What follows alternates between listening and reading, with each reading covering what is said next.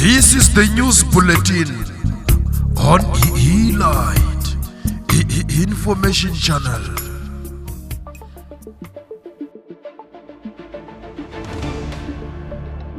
Good morning, Elite Information Channel. This is Senator na PM. Today, I just want us to go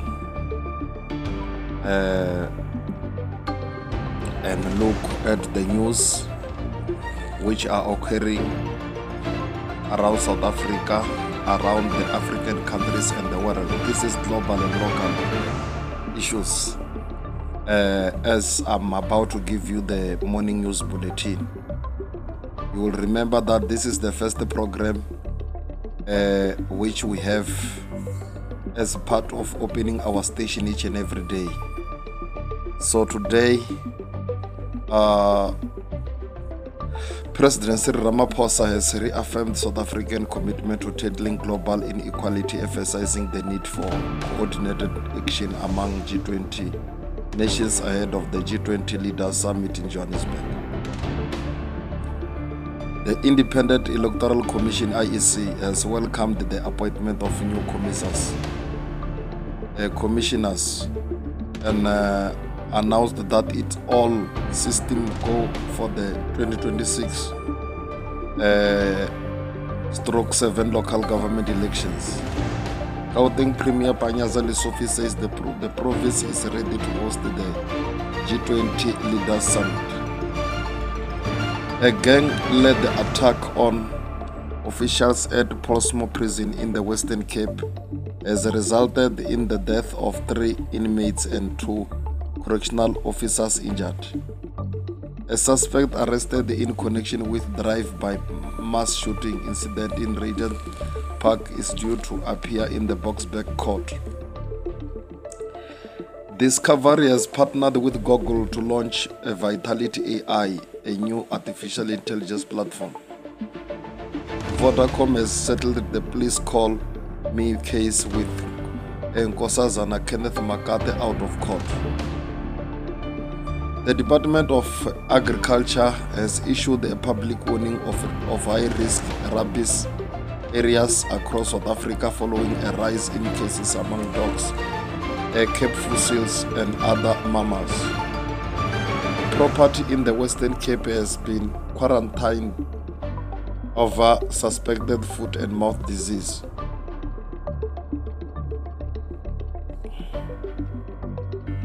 Bafana is set to receive a 5 million rand payout as part of bonuses announced by the Minister of Sport, Arts and Culture, Gayton McKenzie, for national sports teams. The Gauteng provincial government is working to fix traffic lights and improve road infrastructure. A suspect was arrested in connection with a drive-by mass shooting incident in Regent Park, Boksburg. The Gauteng Department of Education has warned the parents against the fraudsters offering school placements in public schools for the 2026 academic year. A 20-year-old woman was arrested for allegedly pouring boiling water on a teenager she accused of sexual assault. A gang-led attack on official at a farm or property is not reported. However, a 4th male suspect was arrested in connection with a 10 million rand insurance matter fraud and money laundering case. A gang-led attack on officials at Pollsmoor Prison resulted in the death of 3 inmates and 2 correctional officers were injured. This is the report which I gave you not so long. A 21st-year-old man drowned in the Kariega River while swimming with friends in Kenton on the sea. The Nelson Mandela Bay District is continuing its fight against crime. The provincial government is working on developing small harbors with stakeholder engagement sessions being held.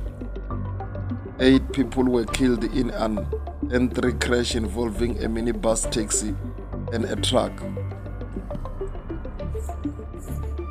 South Africa, for a court has ordered the government to implement an anti-xenophobia plan, highlighting the need for tolerance and understanding.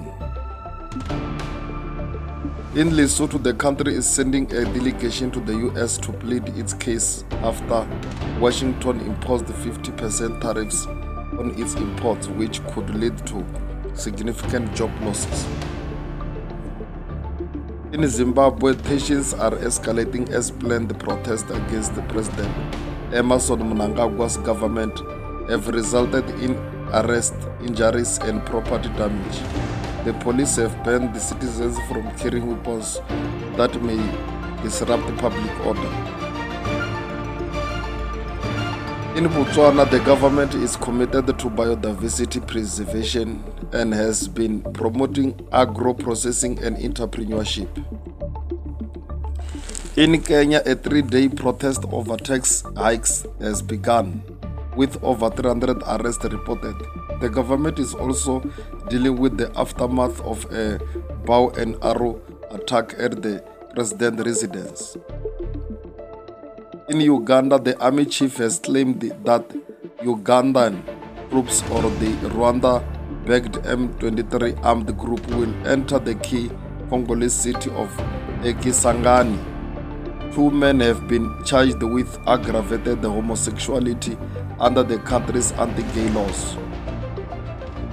In Tanzania, the High Court will decide on Luhanga Mpina's presidential bid, while the country is also dealing with a surge in its equities market. In Nigeria, a blast at an illegal oil refinery has killed at least 37 people, including 2 pregnant women. The country is also facing a medical strike, with resident doctors demanding better pay and working conditions. In Burkina Faso, the government has abolished the visa or visa fees for citizens of African nations, promoting free movement and cooperation.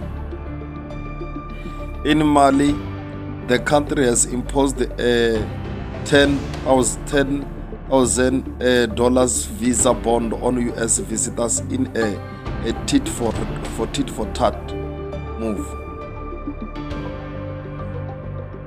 In Morocco, which is part of North Africa, the king has declared 31st October as Unity Day, celebrating national unity with royal pardon. The country is also making strides in electric mobility and industrial innovation. So the other news in Sudan, the humanitarian situation remains dire, with famine declared in 2 cities cut off by war.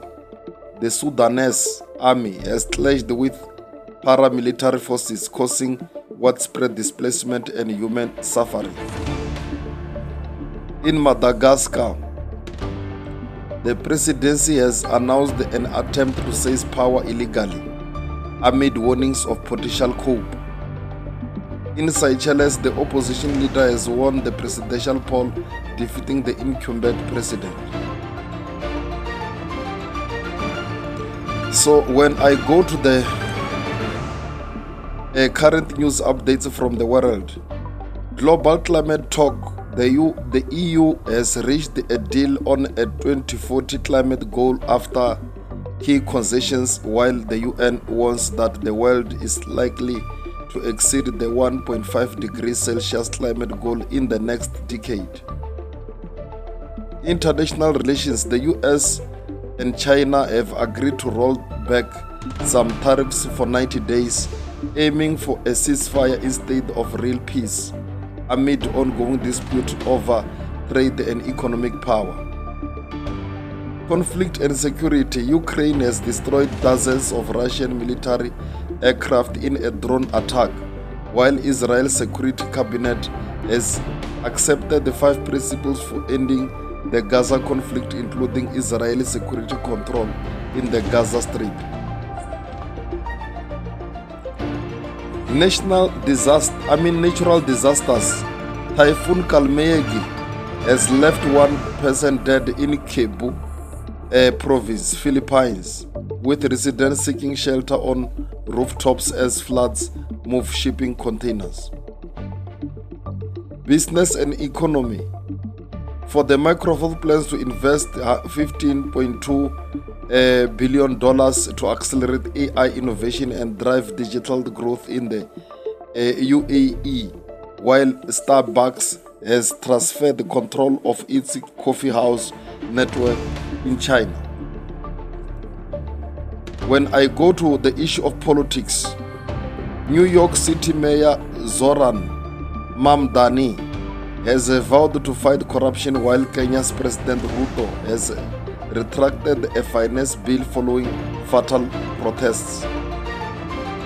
So when it comes to the tragedies, a plane crash in Honduras has killed 12 people, and a landslide in Kenya's Rift Valley has left at least 21 dead or 21 people dead and dozens missing.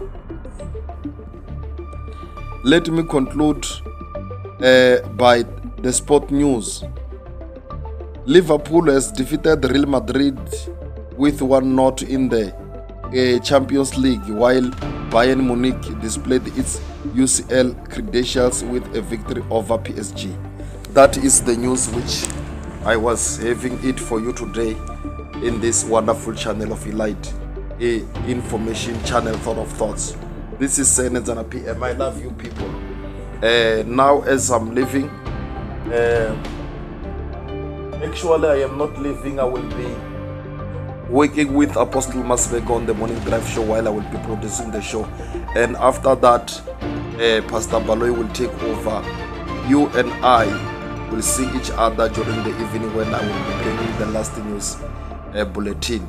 Today, don't forget that during the evening we have got Eshtangeni, where we shall be discussing important issues. Don't afford to miss that opportunity. I love you people. Shalom. These news headlines were brought to you by Elite Information Channel. Thought of Thought.